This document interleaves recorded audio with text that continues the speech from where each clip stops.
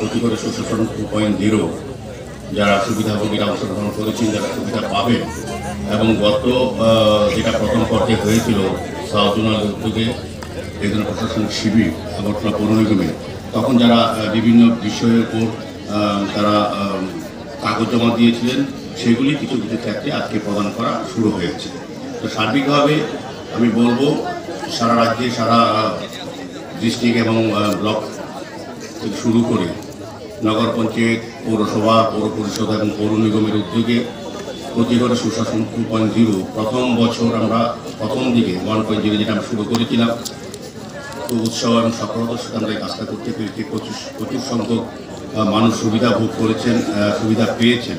এটা একটা উদ্দেশ্য হচ্ছে, যেমন আমাদের বিকশিত ভারত সংকল্প যাত্রার উদ্দেশ্য হচ্ছে কেন্দ্রীয় সরকার, রাজ্য সরকার বা বিভিন্ন দপ্তরে উদ্যোগে যে সকল স্কিম কিংবা কর্মসূচি বা কোনো সুবিধা দেওয়ার যে পরিকল্পনা নেওয়া হয়েছে, সেগুলি যাতে মানুষ জানতে পারে, সচেতন হন এবং তারা যাতে অংশগ্রহণ। সেই কারণে বিকশিত ভারত বিকশিত সংকল্প যাত্রা বিভিন্ন পর্যায়ে আমরা প্রচার শুরু হয়েছে, মোবাইল ভ্যানের মাধ্যমে হোক বা যেভাবে হোক এটা করা হচ্ছে। আজকেও এই প্রচার এবং ব্যবস্থা করা হচ্ছে।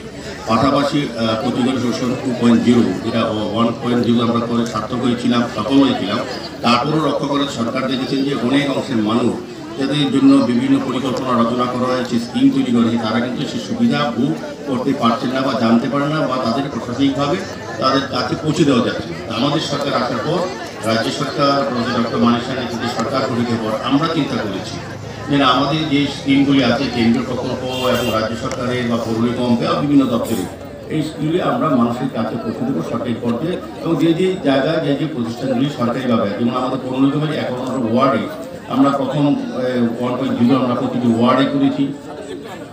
তারপর আমাদের মনে হয়েছে না, আরও কিছু লোক এখনও তারা সুবিধাগুলি আমাদের অবহিত নন বা সচেতন নন, জানে না, কিংবা তাদের কাছে পৌঁছে দেওয়া সম্ভব হয়।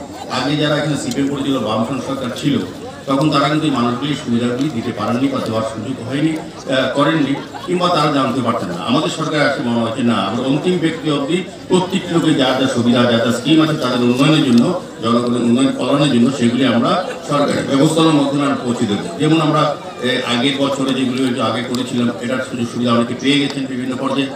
গত কিছুদিন আগে এই সাউথ জোনালে একটা ক্যাম্প অনুষ্ঠিত হয়েছিল, আমিও ছিলাম সেই অনুষ্ঠানে, এখানে যারা অতিথি আছেন সবাই ছিলেন।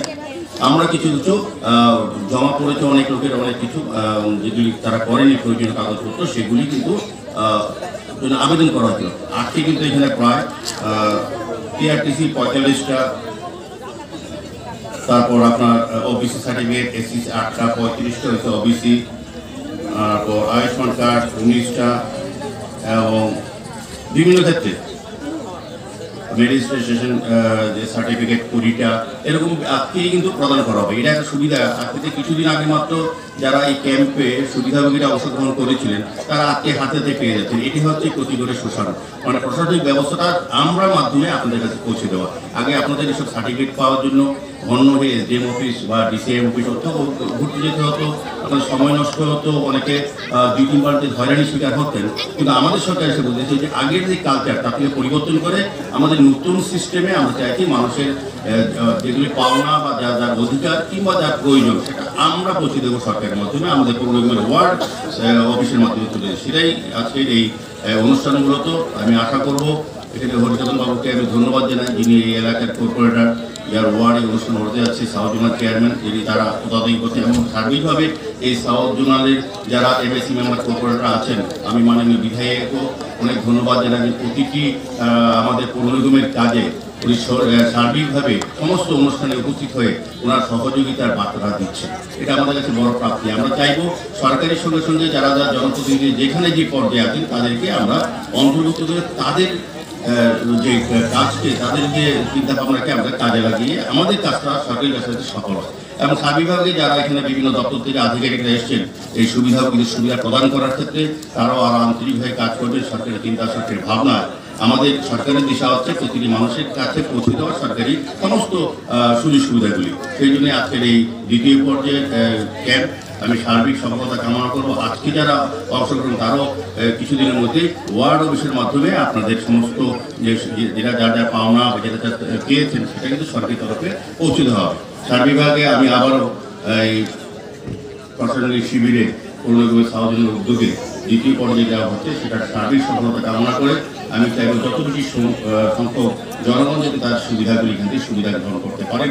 এই জন্য আমাদের সরকারের বিভিন্ন আধিকারিক দপ্তররা আছেন, আমাদের পৌর নিগমের সমস্ত আধিকারিক কর্মীরা, সর্বোপরি আমাদের জনপ্রতিনিধি এলাকার যারা সমাজসেবার সাথে যুক্ত আছেন, মাননীয় বিধায়িকা সহ সবার সমর্থন এবং আন্তরিক সহযোগিতা আমরা যেমন আগ্রহ পেয়েছি এবার পাবো এই আশা রেখে সবাইকে আবার ধন্যবাদ জানিয়ে আমার আলোচনা শেষ।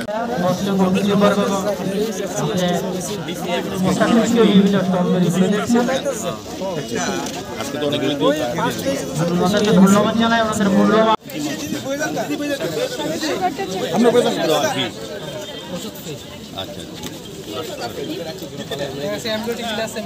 so that you never miss any latest updates and news on Tripura.